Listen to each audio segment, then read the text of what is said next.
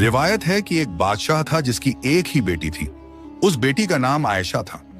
बादशाह अपनी बेटी से बेइंतहा मोहब्बत करता था, उसकी हर ख्वाहिश पूरी करता और उसकी हर जरूरत का ख्याल रखता। शहजादी आयशा के पास हर वो चीज थी जो किसी बादशाह की बेटी के पास होनी चाहिए। कीमती जवाहरात, शानदार कपड़े, सोने चांदी के जेवर और एक आलीशान महल। मगर बादशाह अक्सर उससे एक सवाल किया करता था, बेटी आयशा, यह सब नेमतें तुम्हें किसने दी? यह महल, यह जवाहरात, यह आराम की जिंदगी, यह सब तुम्हें किसने दिया? आयशा हमेशा मुस्कुराकर जवाब देती, अब्बा जान, यह सब अल्लाह ताला की देन है। यह जवाब बादशाह को नागवार गुजरता। उसे लगता कि उसकी बेटी उसकी कद्र नहीं करती।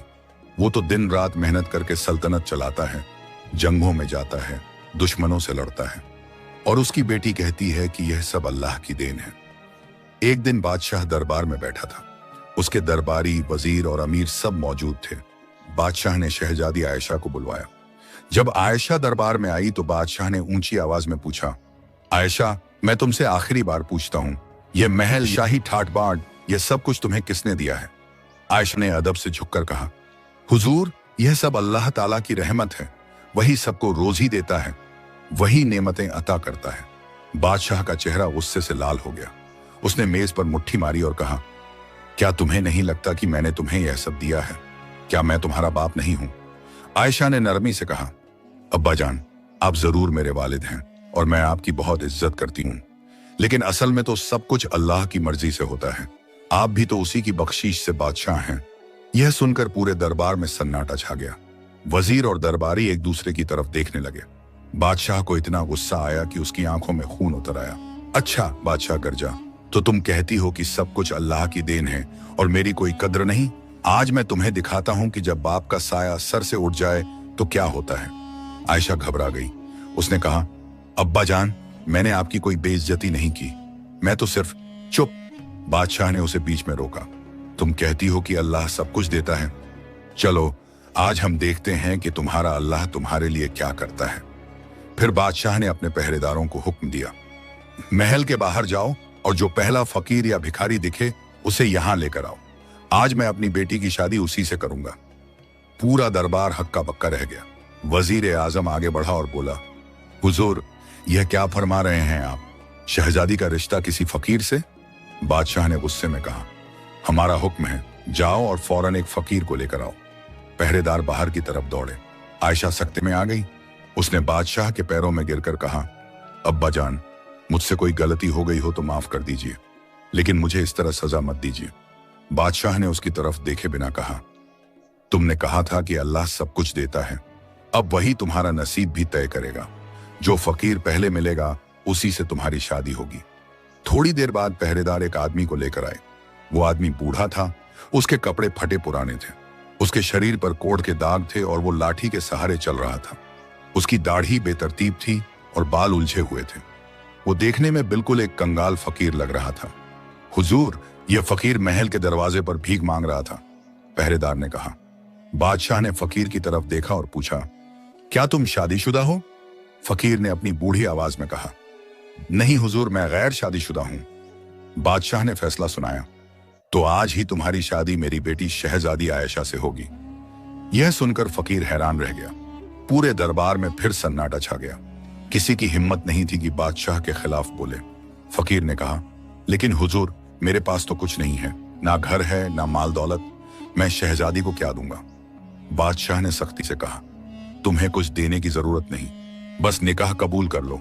मेरी बेटी अपने साथ कुछ नहीं ले जाएगी, वो बस उन कपड़ों में जाएगी जो इस वक्त पहने हुए हैं। वजीर आजम ने आखिरी कोशिश करते हुए कहा, हुजूर जरा सोच लीजिए, यह फैसला हमने सोच लिया है। बादशाह ने उसे बीच में रोका, फौरन काजी को बुलाओ, अभी निकाह होगा। काजी को बुलाया गया। शहजादी आयशा रो रही थी, उसकी सहेलियां और खादिमाएं भी रो रही थीं, लेकिन बादशाह के गुस्से के सामने कोई कुछ नहीं कर सकता था। निकाह की रस्में बहुत सादा तरीके से अदा की गईं।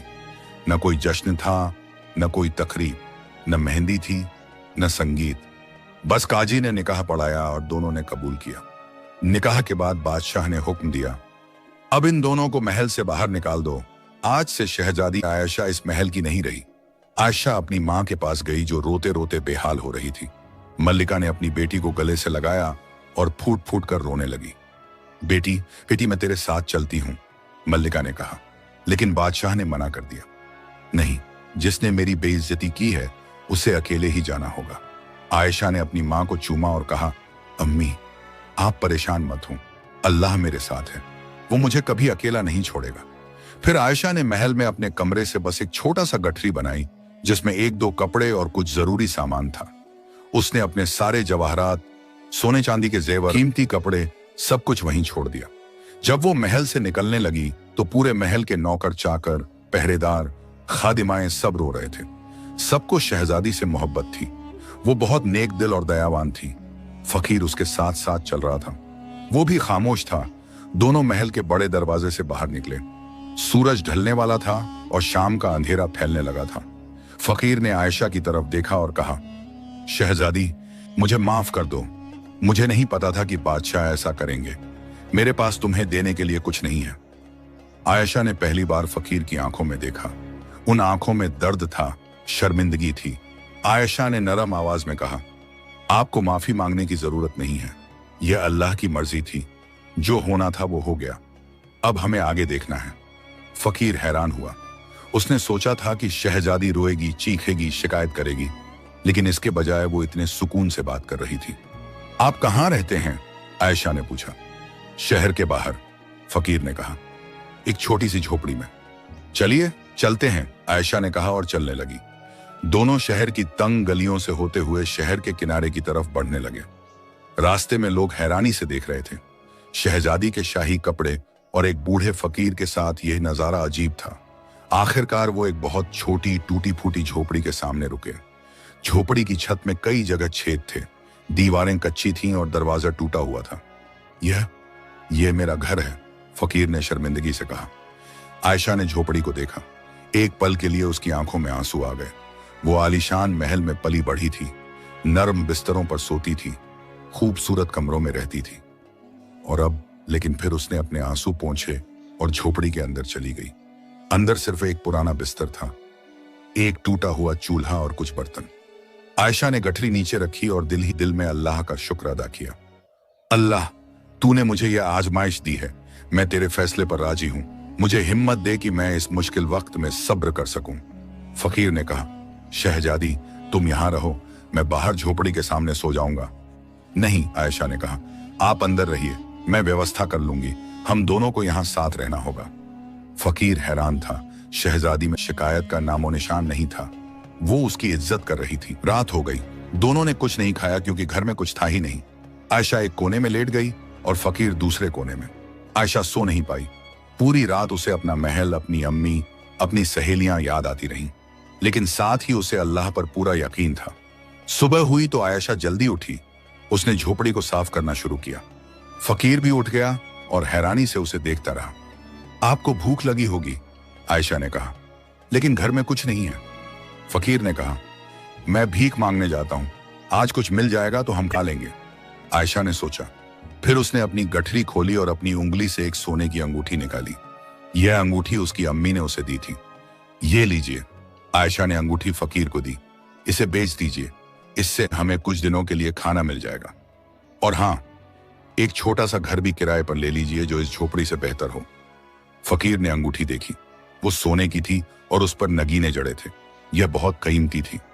लेकिन शहजादी, फकीर ने कहा, यह तो बहुत कीमती है, शायद तुम्हारे लिए कोई यादगार हो। हर चीज का एक वक्त होता है, आयशा ने कहा। अभी हमें खाने और रहने की जरूरत है। यादें दिल में रहती हैं, चीजों में नहीं। फकीर अंगूठी लेकर बाजार चला गया। वहां एक सुनार की दुकान पर गया और अंगूठी दिखाई। सुनार ने अंगूठी देखी तो उसकी आंखें चमक उठी। यह तो बहुत बढ़िया अंगूठी है, सुनार ने कहा। तुम्हें कहां से मिली? ये मेरी है, फकीर ने झिझकते हुए कहा। सुनार को शक हुआ लेकिन उसने कुछ नहीं कहा। उसने फकीर को अच्छी कीमत दी। फकीर ने पैसे लिए और एक छोटा सा घर किराए पर ले लिया। फिर खाने का सामान खरीदा।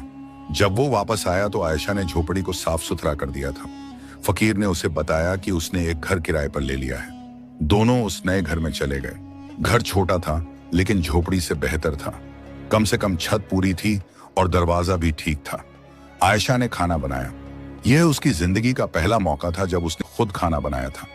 महल में तो सैकड़ों बावर्ची थे, लेकिन अब उसे सब कुछ करना था। खाना ज्यादा अच्छा नहीं बना, लेकिन दोनों ने अल्लाह का शुक्र अदा किया और खाना खाया। शाम को जब दोनों बैठे हुए थे, आयशा ने फकीर से पूछा, आपका नाम क्या है? मैं अब तक पूछ नहीं पाई। मेरा नाम इलियास है, फकीर ने कहा। इलियास, आयशा ने दोहराया। अच्छा नाम है। आप हमेशा से फकीर थे? इलियास ने एक लंबी सांस ली। नहीं शहजादी, एक वक्त था जब मेरे पास भी सब कुछ था, लेकिन तकदीर को कुछ और मंजूर था। आयशा ने ध्यान से सुना। इलियास ने अपनी कहानी सुनाई। वो एक ताजिर का बेटा था। उसके पास माल दौलत था, लेकिन एक दिन समंदर में उसके सारे जहाज डूब गए। सब कुछ खत्म हो गया। फिर एक बीमारी ने उसे घेर लिया कोड़, और वो सड़कों पर आ गया। लेकिन मैंने अल्लाह से कभी शिकायत नहीं की, इलियास ने कहा। जो उसने दिया था वो उसने ले लिया। यह उसकी मर्जी थी। आयशा ने सुना और कहा, आप सही कहते हैं। अल्लाह हर इंसान को आजमाता है, कभी दौलत देकर, कभी फक्र देकर। असल इम्तिहान यह है कि हम उसके फैसले पर कैसे राजी रहते हैं। दोनों में अजीब सी समझ बन रही थी। दोनों ने अपनी अपनी मुसीबतें देखी थी, और दोनों ने अल्लाह पर भरोसा नहीं खोया था। कुछ दिन यूं ही गुजर गए। आयशा घर का काम करती और इलियास बाहर जाकर छोटे मोटे काम ढूंढता। कभी किसी की दुकान पर सामान रखता, कभी बोझा ढोता। जो भी मिलता उसी में दोनों का गुजारा चलता। एक दिन आयशा ने अपनी गठरी में से कुछ कपड़े निकाले। ये वो शाही कपड़े थे जो उसके पास थे। उसने सोचा कि इन्हें बेच देना चाहिए। इलियास, उसने कहा, ये कपड़े ले जाइए और बाजार में बेच दीजिए। इनसे हमें कुछ पैसे मिल जाएंगे। हमारे पास अब ज्यादा नहीं बचा है। इलियास ने कपड़े लिए और बाजार चला गया। वो कपड़े बहुत कीमती थे, रेशम और जरी के काम वाले। उसने उन्हें एक कपड़े के व्यापारी को दिखाया। व्यापारी ने कपड़े देखे तो हैरान रह गया। ये तो शाही कपड़े हैं, तुम्हें कहां से मिले? ये मेरी बीवी के हैं, इलियास ने कहा। व्यापारी को शक हुआ, लेकिन कपड़े इतने अच्छे थे कि उसने अच्छी कीमत दे दी। इलियास पैसे लेकर खाने का सामान खरीदकर घर लौटा। उस रात खाना खाते वक्त आयशा ने कहा, इलियास, अब हमारे पास बेचने के लिए कुछ नहीं बचा। कल से हमें कोई काम ढूंढना होगा। लेकिन शहजादी, इलियास ने कहा, आप क्या काम करेंगी? आप तो कभी। मैं कुछ भी कर सकती हूं, आयशा ने कहा। अल्लाह ने हर इंसान को हाथ और दिमाग दिए हैं। मैं भी काम कर सकती हूं। अगली सुबह आयशा अपने नए घर से निकली। उसने अपना चेहरा दुपट्टे से ढका हुआ था ताकि कोई उसे पहचान न सके। वो शहर की गलियों में घूमी और काम की तलाश करने लगी। कुछ घरों में उसने पूछा कि क्या उन्हें कोई खादिमा चाहिए। कुछ ने मना कर दिया। कुछ ने कहा कि वो बाद में बताएंगे। आखिरकार एक अमीर औरत के घर में उसे काम मिल गया। उस औरत को कोई सिलाई का काम करने वाली चाहिए थी। क्या तुम सिलाई कर सकती हो? औरत ने पूछा। आयशा ने सोचा। महल में उसने कभी कभी अपने शौक के लिए सिलाई की थी। जी हाँ, मैं कर सकती हूँ, उसने कहा। अच्छा, तो ये कपड़े सी दो। औरत ने कुछ कपड़े दिए। अगर अच्छा काम होगा तो मैं तुम्हें रोज काम दूंगी। आयशा कपड़े लेकर घर आ गई। उसने पूरी मेहनत से कपड़े सीले।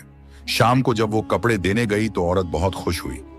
वाह, बहुत अच्छा काम किया तुमने, औरत ने कहा और उसे पैसे दिए। कल से रोज आना।